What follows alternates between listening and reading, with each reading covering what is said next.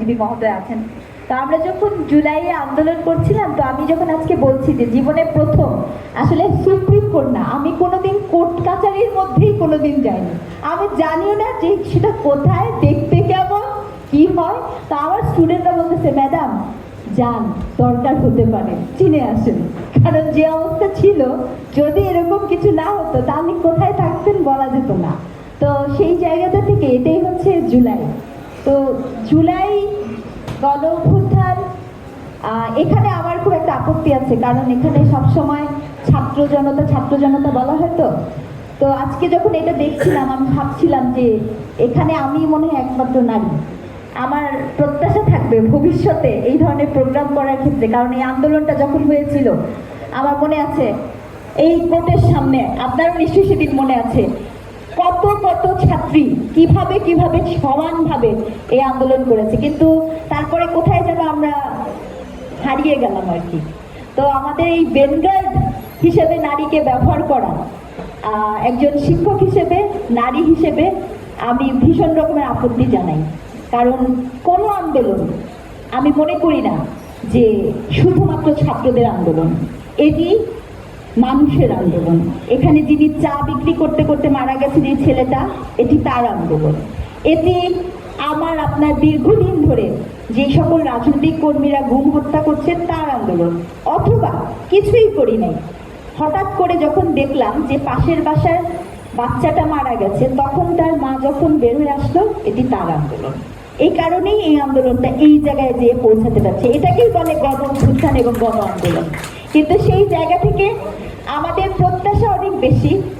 আর আমাদের সবচেয়ে বড় প্রত্যাশা কি, আমি মনে করি কোনো এক অদ্ভুত কারণে আমাদের সকলের মনোযোগ নির্বাচন কেন্দ্রিক হয়ে গেছে। হওয়াটা খুব স্বাভাবিক, কারণ আমরা গত 15 বছর ধরে নির্বাচনের আনন্দ গল্প করব, সেই গল্পটাও আমাদের কাছ থেকে, গল্প করার অধিকারটাও হারিয়ে গেছে।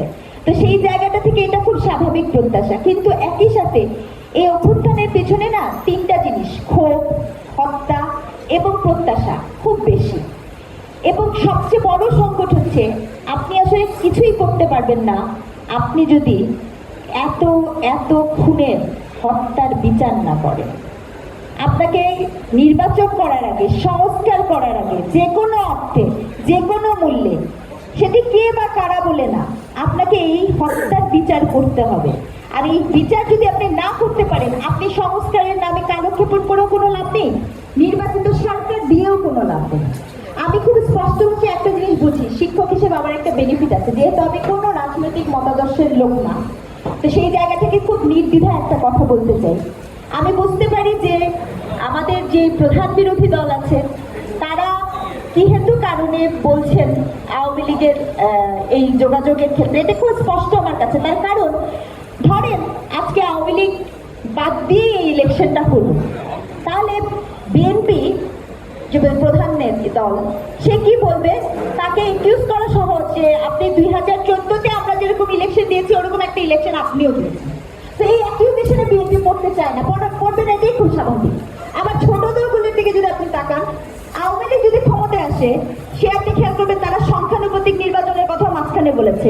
কারণ আওয়ামী লীগ যদি ক্ষমতায় আসে তাহলে তার ভোট ব্যাংক কমে যাবে, তার যে প্রত্যাশিত আশা সিট সেটি কমে যাবে। এটি আমি খুব নিরপেক্ষ জায়গা থেকে বলছি, অর্থাৎ আমি স্বার্থটা খুব বুঝি। কিন্তু আমি যে স্বার্থটা বুঝতে চাই একজন শিক্ষক হিসেবে, একজন মানুষ হিসেবে, আপনি রাজনীতি করবেন, আপনি পলিটিক্যাল নেগোসিয়েশন করবেন, জনগণ বোকা হবে, রিক্সা চালক খাবার কিনতে যে সেই টাকা দিয়ে ভাত খাবে, হ্যাঁ, ওভাবে আমরা দিনের পর দিন, আগে এখন প্রত্যেক দিন জাহাঙ্গীরনগর যেতে আগে লাগতো 1-1.5 ঘন্টা, এখন লাগে 3 ঘন্টা। আমরা জনগণ এরকম বোকা থাকবো। আপনারা যারা অনেক বেশি রাজনৈতিক নেতাকর্মী আজকে যদি পেয়েছি, সেই জন্য প্রত্যাশাটা আপনাদের কাছে অনেক বেশি। সেই জায়গাটা থেকে একটা কথা বলবো যে এই যে বারংবার একই ধূম্রজালে চক্রের মধ্যে ফেরত আসা, এই ফেরত আসা আমার এবং আপনার জন্য খুব জরুরি এটাকে থামানো। কেন পৃথিবীর সকল দেশে কোর্ট শেষ আশ্রয় হয়, কেন আমার মতো শিক্ষক এই কোর্টের বাইরে আসতে ভয় পায়? এটার উত্তর কিন্তু আপনাদেরকে দিতে হবে। আমি যদি কোর্টের দরজাতেও নক করে এই প্রত্যাশা করি আমি কোন রাজনৈতিক দলের তাহলে এই গণ অভ্যুত্থানের যে স্পিরিট, মানুষ হিসেবে আমার যে বেঁচে থাকার স্পিরিট, সেটাই থাকবে না। আমাদের প্রত্যাশা এটাই হোক, যখন আপনি গণতন্ত্র বলেন, গণতন্ত্র মানে কিন্তু 90% লোক কি বললো তাহা কিন্তু গণতন্ত্র নয়। গণতন্ত্র মানে হচ্ছে আমার 1%-এর কথা বলার অধিকার আছে কিনা, 1%-এর কথা শোনার অধিকার আছে কিনা, সেই গণতন্ত্র আমরা কায়েম করতে চাই। 90% লোক ওই সময় বলেছিল, হ্যাঁ 90% লোক বলেছিল, গ্যালিলিও যখন বলছে যে পৃথিবী সূর্যের চারপাশে ঘোরে, 90% লোক বলেছিল না তুমি ভুল বলছো, কিন্তু গ্যালিলিও ঠিক ছিল। এই জন্য গ্যালিলিওকে কারাবাসে দেওয়া হয়েছে। তো আজকে আমার জনগণ যদি এইভাবে বলতে থাকে যে 90% লোক, আপনার সাধারণ জনগণ সেই হতে পারে, কিন্তু আপনি আইনজীবী, আমি শিক্ষক, আদালত, কোর্ট, আমরা তো সেই 90% দলের প্রতিনিধি। আমাদের চিন্তা বিবেচনার মধ্যে যদি সেই বোধ না থাকে, তাহলে কিন্তু বিশাল বড় ক্ষতি হয়ে যাবে। Once in a blue moon আমরা এরকম একটা সুযোগ পাই।